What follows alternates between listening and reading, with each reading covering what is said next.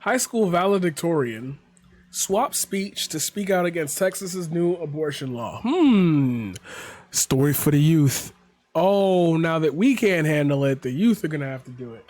Why is this light on, bro? Sorry, it's distracting. It floods the entirety of my room with light. Speak out against Texas's new abortion law. The speech that high school valedictorian pulled from inside her graduation gown was not the one she had shown to school, so she took a deep breath before launching into it, wondering whether she'd be allowed to share her thoughts about Texas' new restrictive abortion law.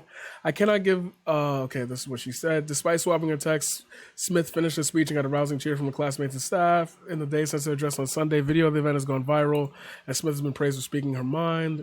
I have dreams, hopes, blah, blah, blah. Smith, we cannot stay silent. New restrictions in the law that ban abortion as soon as a fetal heartbeat can detect it as early as 6 weeks. As Smith noted, many women do not realize they're pregnant at 6 weeks. The law does not allow exceptions for cases of rape or incest. Wow. I just finished talking about that. Says that students choose their own message to share at graduation, but noting that Smith's speech was not approved and not in the podium book of remarks for the event, the district says it will look into ways to prevent similar switches from taking place in the future. Let's listen to it. I'm not usually very good at expressing my gratitude for the people that I care about, but I would like to say thank you to Coach. I think he's had a bigger role in my life than he realizes. Okay. As we leave high school, we need to make our voices heard. Today, I was going to talk about TV and media and content because it's something that's very important to me.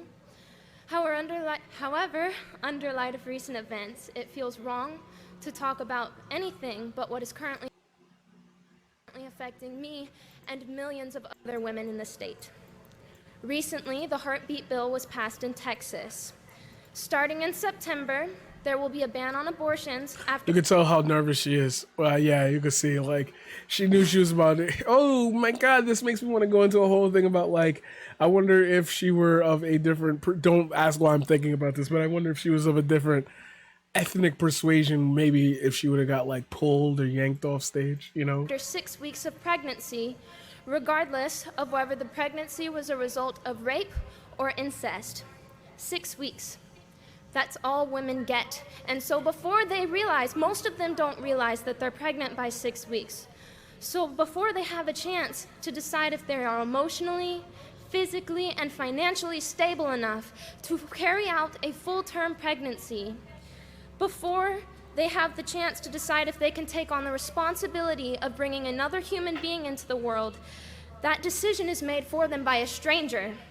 A decision that will affect the rest of their lives is made by a stranger. I have dreams and hopes and ambitions. Every girl graduating today does. And we have spent our entire lives working towards our future. And without our input and without our consent, our control over that future has been stripped away from us. I am terrified that if my contraceptives fail, I am terrified that if I am raped, then my hopes and aspirations and dreams and efforts for my future will no longer matter. I hope that you can feel how gut-wrenching that is.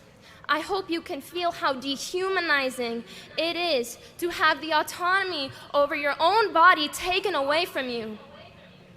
And I'm talking about this today, on a day as important as this.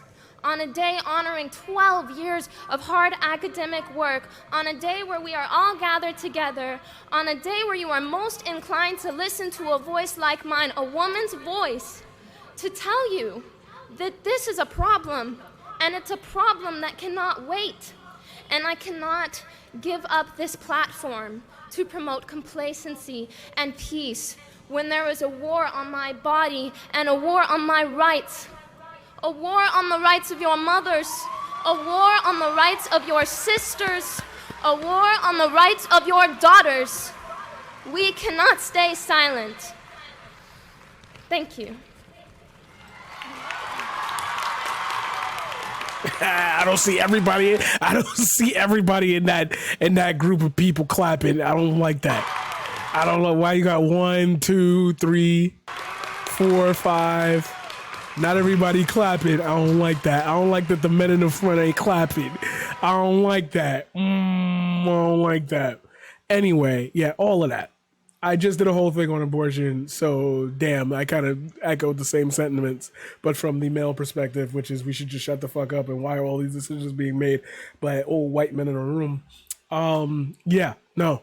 I don't know how to express to you that sometimes, and like I've said earlier in today's stream, there's sometimes where like I really do want to be positive.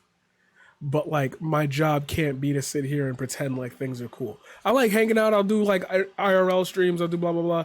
But like these are the things that like need to be talked about in the political sense. And I want to reduce these things down to everyday issues because I feel like what we see are these things get passed and then we're just like, well, you know, people will find a way to fight back against that. They're not going to sit there and take it. And I'm like, you don't understand that just saying that and being a passive observer when social issues are occurring, that's what creates the long-term, like, oh, they had to come back, like women's suffrage, they had to fight for the right to work or whatever. That's over centuries. You do not want this to last centuries. And the fact that we're still here, even though we've seen the effects of it in the past with things the United States has done, with the things that China has done, with the things that Russia have done, like you can't sit here and say that's fine. I'm just going to ignore it. Like, I'm not telling you have to speak about it. I'm not saying that you have to think about this every day. But if a situation arises where a valid, like, when would you ever stop to listen? If that woman was in New York City right now on the train, giving that speech on every cart, would you really listen? So when people are listening to you, don't bullshit them. And that's what I've tried to say throughout the majority of this. I agree with everything she said. There's no critique. I'd have thrown a few metaphors because like people be listening to it. That's shocking. But like that's the those are the people you put in that place to make those rules. So what is it? Do you just not care enough because you don't? I'll never get an abortion. You have 2 kids. You're not having any more kids. What are you talking about? If abortions are going to be mandatory, shouldn't vaccinations? If abortions are going to be outlawed, then what are we doing with vasectomies? Those are reversible. Instead of worrying about a woman's ability to have an abortion, remove the man's like ability to rape someone and impregnate them. Set up a society where boys don't rape, and that isn't but we're going to ban it even in the result of rape or incest? That baby could have saved cancer. There's millions of children in the foster care system. Millions. Hundreds of thousands of kids in the foster care system. One of them could save cancer. Adopt. Oh, you don't want to do that either. So you have no solution. You just have a list of complaints. And my problem is that we talk about this like, let's debate it in the marketplace of ideals. What marketplace, bro? This shop sucks. This shop is horrible. Like, this shop is terrible. Why is there a 45% discount for white people at this shop? Like, I don't understand. I don't get it.